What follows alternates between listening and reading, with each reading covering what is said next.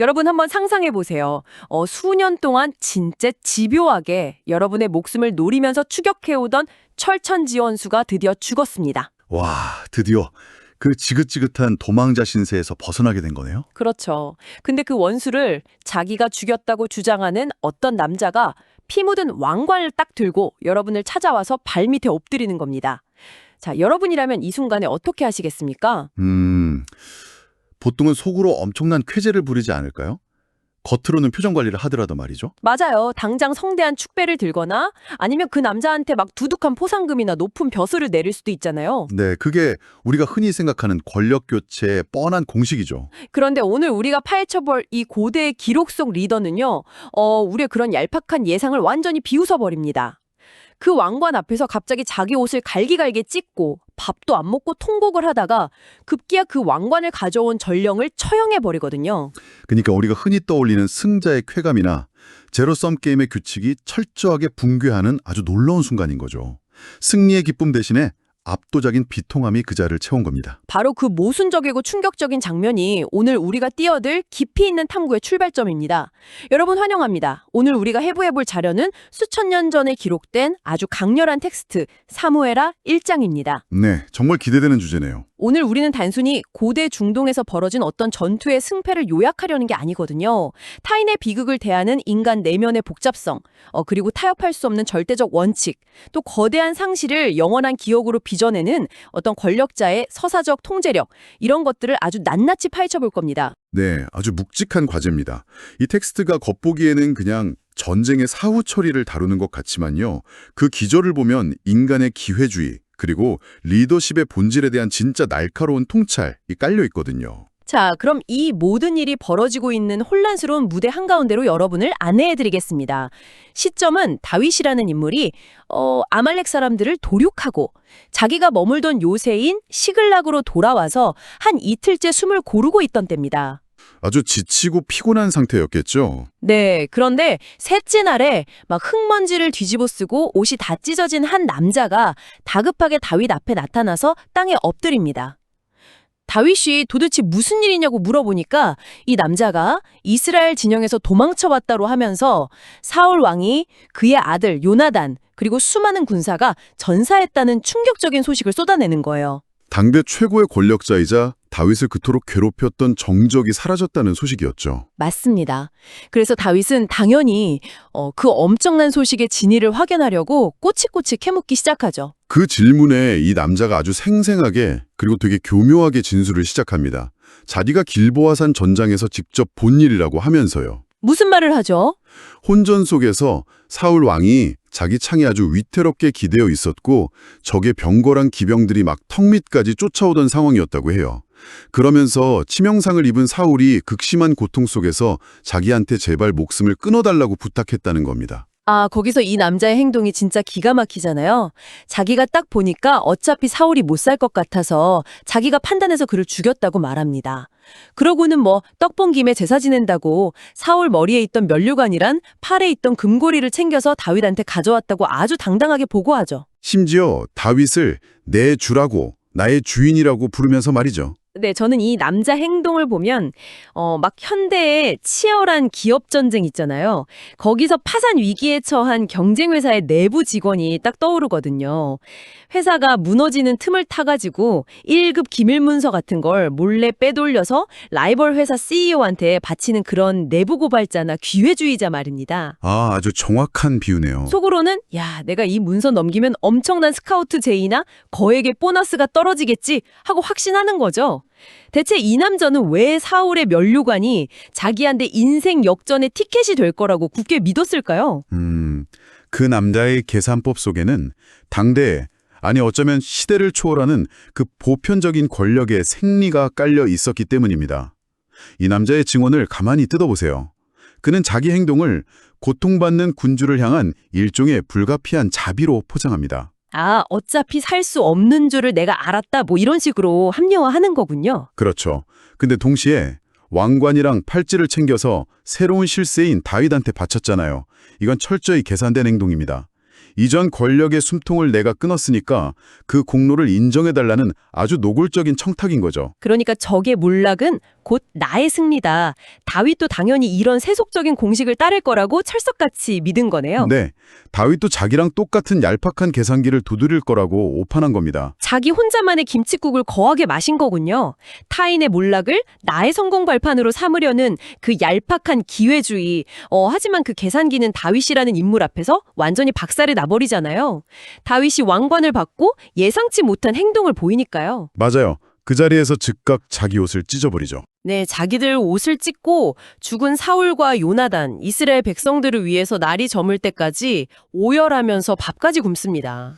아까 호스트님이 말씀하신 그 내부 고발자 비유를 다시 빌리자면요. 기밀 문서를 받아든 CEO가 라이벌 파산에 축배를 들기는커녕 막 예정된 이사회를 전면 취소하고 전 직원을 모아놓고 며칠 밤낮을 통곡하게 만든 셈입니다. 제 말이 그겁니다. 이거 스포츠 경기로 치면 막 라이벌 팀 에이스가 심각한 부상을 당해서 우리 팀이 기권승으로 우승하게 됐는데 축승회를 열기는커녕 팀 전체가 단식 투쟁에 돌입한 거랑 똑같잖아요. 상황만 놓고 보면 굉장히 극단적인 반응이긴 하죠. 그러니까요. 최고의 권력을 상징하는 면류관이 제 발로 굴러 들어왔으면 속으로는 와, 이제 도망자 생활 끝이다, 내 세상이다 이러면서 안도할 법도 한데 말이에요. 겉으로만 적당히 체면치레로 슬퍼하는 척 할 수도 있었을 텐데 왜 이렇게까지 처절하게 무너져 내린 걸까요?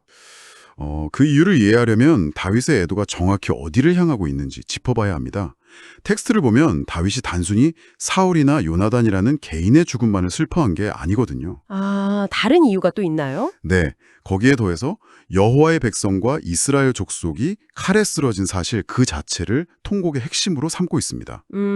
그러니까 단순하게 라이벌이 죽었다 이런 복잡한 감정이 아니라 붕괴해버린 국가적 공동체에 대한 어떤 거대한 상실감이었군요. 맞습니다. 기회주의자였던 그 전령은 왕관이라는 권력의 전리품만 본 거지만요. 다윗은 그 왕관이 떨어져 나온 자리에 생긴 거대한 리더십의 공백, 그리고 전장에서 무참히 도륙당한 공동체의 참상을 먼저 본 겁니다. 와, 개인의 이익보다 공동체의 붕괴를 먼저 아파하는 거, 이게 다윗이 가진 리더십의 근본적인 무게감인 거네요. 그렇죠. 권력을 쥐는 것보다 더 중요한 건 자기가 이끌어야 할 그 세계가 지금 피 흘리면서 무너져 내렸다는 그 끔찍한 현실 그 자체였던 겁니다. 그렇게 거대한 통곡의 시간이 지나고 마침내 밤이 찾아오잖아요. 그 차갑게 가라앉은 공기 속에서 다윗의 시선이 다시 그 전령한테 향합니다. 슬픔의 시간은 끝났고 이제 심판의 시간인 거죠. 분위기가 확 반전되는 순간이죠. 네, 다윗이 남자한테 다시 한번 출신을 물어봐요. 그리고 그가 이스라엘인이 아닌 외국인, 즉 아말렉 사람이라는 걸 확인한 다음에 벼락같이 호통을 칩니다. 내가 어찌하여 여호와의 기름 부음 받은 자 죽이기를 두려워하지 아니하였느냐? 그러고는 바로 부활을 시켜서 남자를 처형해버리죠. 네, 네 피가 네 머리로 돌아갈 것이며 네 입이 내게 대하여 증거했다는 아주 서늘한 선언과 함께 말입니다. 근데 잠깐만요. 여기서 제가 청취자 여러분을 대신해서 이 상황을 좀 삐딱하게 바라보고 싶거든요. 솔직히 다윗 너무 위선적이거나 가혹한 거 아닌가요? 어떤 부분에서 그렇게 느끼신 건가요? 아니, 전령 말이 사실이라면 사울은 이미 돌이킬 수 없는 치명상을 입고 너무 고통스러워하고 있었잖아요. 어차피 죽을 목심이었다면 이 남자 행동은 그 끔찍한 전쟁터에서 왕의 고통을 끝내준 일종의 전장 속 안락사, 자비로운 행동으로 볼 수도 있지 않나요? 현대적인 관점에서는 충분히 그렇게 변명할 여지가 있죠. 게다가 다윗 입장에서는 자기 손에 피 한 방울 안 묻히고 정적을 제거한 거잖아요. 혹시 다윗이 율법을 핑계 삼아서 자기가 사울 암살을 사주했다는 소문을 원천 차단하려고 그 껄끄러운 목격자를 서둘러 입막음해버린 고도의 정치적 쇼는 아니었을까요?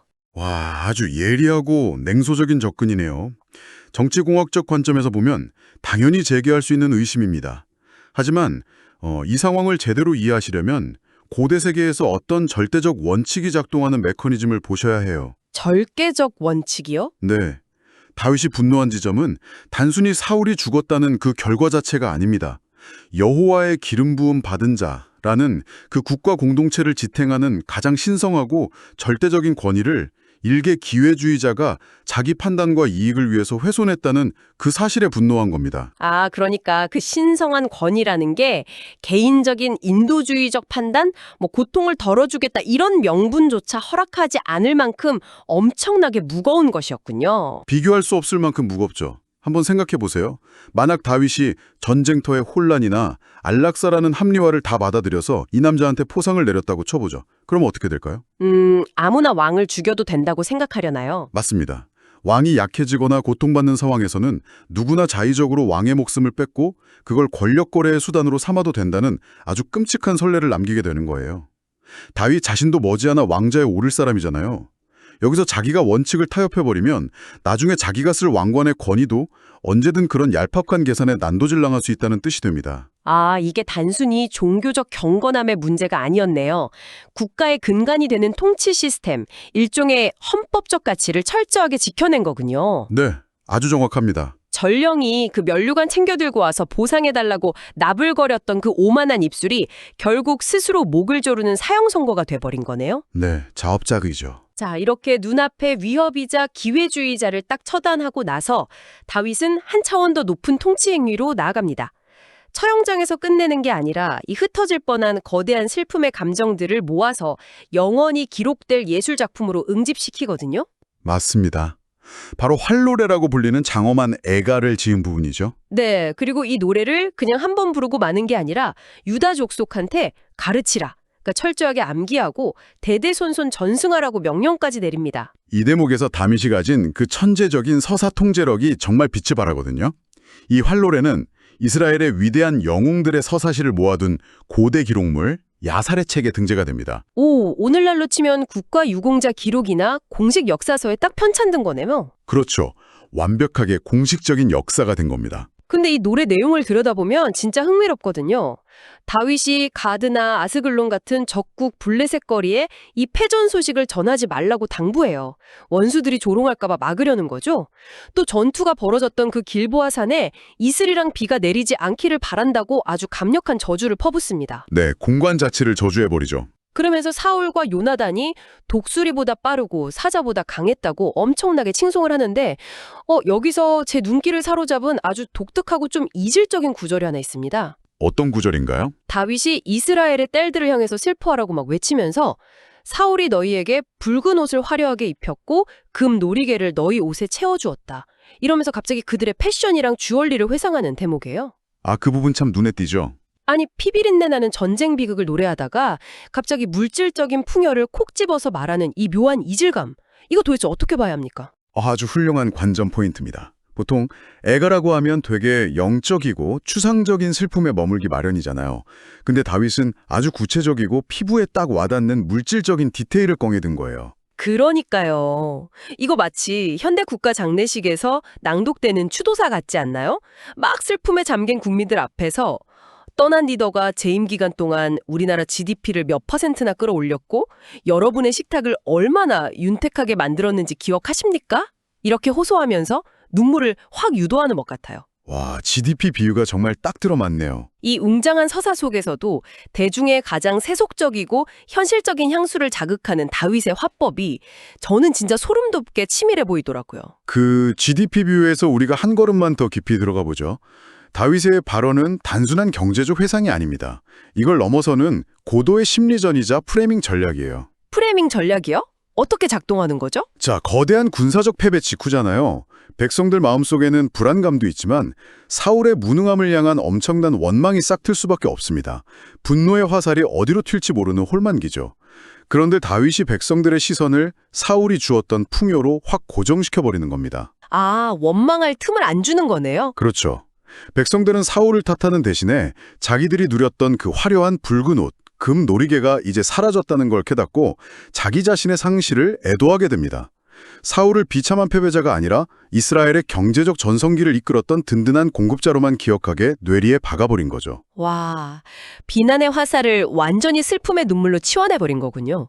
그럼 아까 길보아산의 저주를 퍼부는 것도 같은 맥락인가요? 정확히 짚으셨습니다. 이스라엘의 패배가 사울의 전술적 실패나 무능 때문이 아니라 그냥 길보아산이라는 물리적 공간에 내린 우주적 저주 때문이라고 선언해버리는 겁니다. 인간 사울의 책임을 그냥 공간의 저주로 돌려버리는 거네요. 네, 단순한 전쟁의 패배를 영적이고 우주적인 비극으로 단숨에 격상시켜서 전임 리더의 책임을 완벽하게 지워버리는 놀라운 정치적 수사학인 거죠. 진짜 국가적 상실을 어떻게 하나의 완벽한 신화로 포장하는지 그 정수를 보여주네요. 이렇게 거대한 애도랑 찬사로 웅장하게 울려 퍼지던 노래가 이제 결말을 향해 가면서 갑자기 렌즈를 확 조여서 가장 내밀하고 개인적인 시면으로 주민에 들어갑니다. 요나단을 향한 애가로 넘어가는 부분이죠. 맞아요. 다윗은 요나단을 향해서 내 형 요나단이여 라며 찢어지는 마음을 생생하게 토로합니다. 그리고 이렇게 고백하잖아요. 요나단이 나를 사랑함이 기이하여 여인의 사랑보다 승하였다. 그러니까 그 어떤 로맨스보다도 깊고 초월적인 사랑이었다고요. 네, 아주 절절한 고백입니다. 그리고 오호라 두 용사가 엎드러졌으며 싸우는 병기가 망하였도다. 라는 탄식으로 이 숨막히는 서사시에 막을 내리는데요. 저는 이 결론이 너무 역설적이라서 진짜 머리를 한 대 맞은 것 같았습니다. 어떤 점에서 그렇게 충격을 받으셨나요? 막 방패가 쪼개지고 피가 튀는 이 잔혹한 마초들의 전쟁 이야기 끝에 남은 게 다름 아닌 영혼 깊은 곳에서 우러나온 사랑의 상실이라니요. 권력과 폭력이 전부일 것 같은 그 냉혹한 세계 한복판에 역사를 관통하는 가장 강력한 감정이 우정과 사랑이라는 사실이 정말 경이롭지 않습니까? 바로 그 지점이 다윗이 쓴 애가의 문학적이고 철학적인 절정입니다. 마지막 구절에서 우리는 완벽하게 교체하는 두 개의 붕괴를 목격하게 되거든요. 두 개의 붕괴요? 네, 하나는 싸우는 병기가 망하였도다로 대변되는 거시적인 붕괴, 즉 국가 안보와 국방력의 상실입니다. 하지만 다윗은 그 국가적 붕괴의 무게와 내 형 요나단이여라고 부르짖는 미시적 붕괴, 즉 잃어버린 개인의 영혼과 친밀한 관계의 상실을 완전히 동일한 선상에 올려놓습니다. 거대한 국가가 무너지는 소리랑 한 인간의 심장이 무너지는 소리가 완벽한 화음을 이루면서 끝나는 거군요. 그렇습니다. 다윗이 이 기록을 통해 후대와 우리에게 남긴 메시지는 아주 명확합니다. 인간의 역사는 전령이 보여준 그 얄팍한 기회주의나 칼과 창의 무력만으로는 쓰이지 않는다는 거죠. 그럼 무엇으로 완성되는 걸까요? 죽음 앞에서도 타협하지 않는 묵직한 원칙, 상실을 함께 아파하는 공감 능력, 그리고 정치적 이해관계를 초월한 깊은 인간적 유대.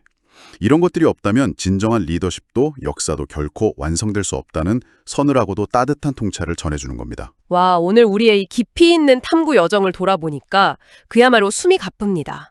적의 왕관을 들고 한몫 단단히 챙겨보려던 기회주의자의 가벼운 발걸음에서 시작해서 그걸 마주한 다윗의 무거운 금식과 통곡, 그리고 혼란 속에서도 절대 원칙을 증명해낸 단호한 심판, 마지막으로 시대를 초월해서 기억의 주도권을 쥔 영원한 애가까지. 네, 권력교책이라는 혼란 속에서 인간의 민낯이 어떻게 드러나는지 아주 철저하게 해부해본 시간이었습니다. 그러니까요. 이 하나의 텍스트 안에서 인간의 가장 비열한 계산이랑 가장 숭고한 사랑을 동시에 목격한 셈이잖아요. 네, 진짜 극과 극의 인간 본성을 다 본 거죠. 자, 이제 대화를 마무리하면서 여러분이 일상으로 돌아가서 조용히 곱씹어 볼 만한 아주 도발적인 화두를 하나 던져드리려 합니다.